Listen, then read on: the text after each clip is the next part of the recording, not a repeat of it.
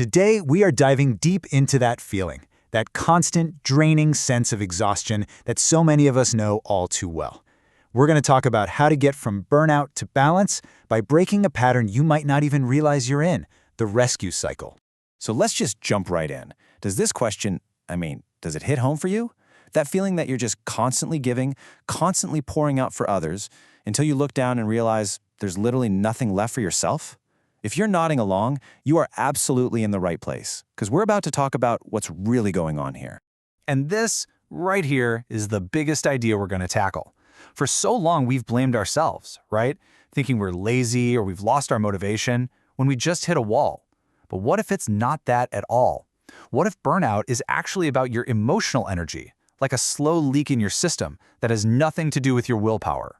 So, if we're going to plug that energy leak, first, we have to find out where it's coming from. This part is all about identifying the exact pattern of behavior that's causing this exhaustion. And here's the name for it: rescuer syndrome. Now, this isn't about being a bad person, not at all. In fact, it usually comes from a really good place, a place of deep caring. The key word here, though, is compulsive. It's this unconscious drive where your sense of self-worth gets all tangled up in being the one who fixes everyone else's problems. And this is where the light bulb moment usually happens for people. There is such a fine line between healthy, supportive helping and unhealthy rescuing. Understanding this difference is really the key to everything. Okay, just take a second and look at this. It lays it all out so clearly. On the left, you have the rescuer. Jumps in without even being asked, right? Does all the talking, gives way more than is needed. And here's the kicker. They're neglecting their own needs the entire time. Their good feeling depends on their help being accepted. Now look over to the right, at the helper. It's a totally different energy. They listen for a request. They present an offer. They give only what's needed, and then they check to see if it actually helped. They trust that the other person is capable. It's not about saving someone, it's about supporting them. So if you're looking at that rescuer column and thinking, oof, that's me, you're probably wondering, why? Why do I do this? Well, this pattern doesn't just appear out of nowhere. It's almost always a learned strategy, something that probably started way back in childhood. And here are some of the most common reasons why. Maybe you were that kid who had to manage adult problems way before you were ready. Or maybe you only got praise and attention when you were being super helpful. You might have learned that your value, your worth, came directly from how much you sacrificed for others. Or you just saw a parent do it your whole life, and you thought that's what love looked like. These are really powerful, deep-seated lessons. And this simple sentence, it explains so much about the dynamic this creates. Think of it like a seesaw.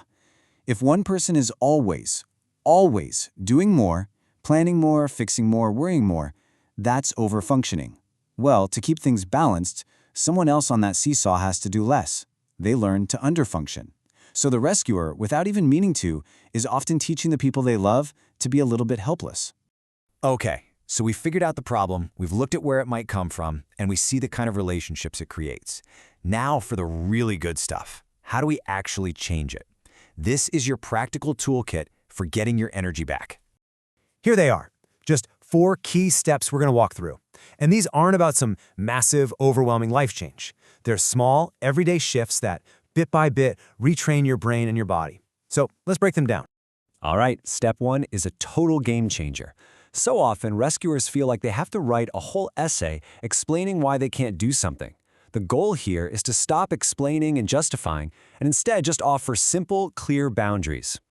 Here is a phrase you can literally start using today. Notice what it's not. It's not an apology. It's not an invitation to negotiate. It's just a calm, kind, simple statement of fact. You do not owe anyone a long story for protecting your own well-being.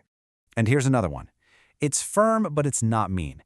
It communicates your limit without blaming anyone. The big takeaway here is that short, calm, and kind is more than enough. You know, no is a complete sentence, after all.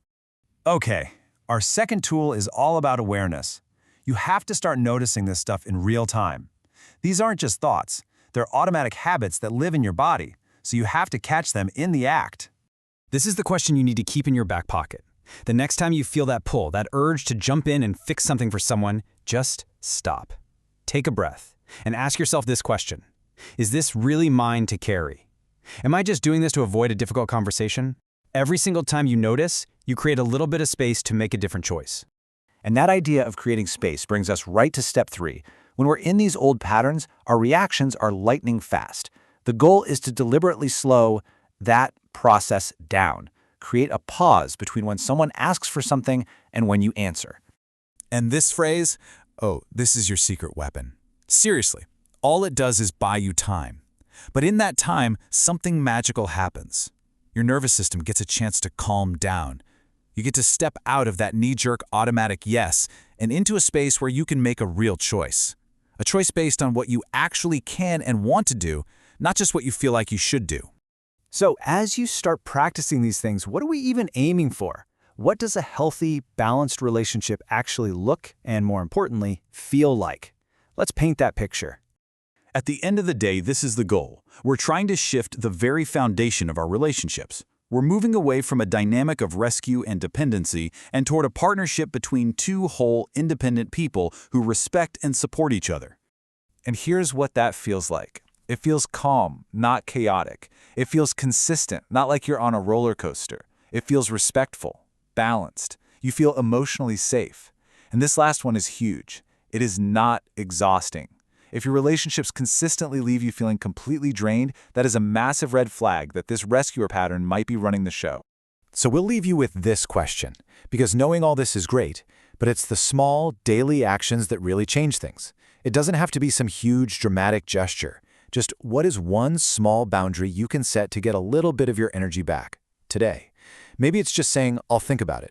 Maybe it's taking 10 minutes for yourself with a door closed. The path from burnout to balance is really built one tiny choice at a time.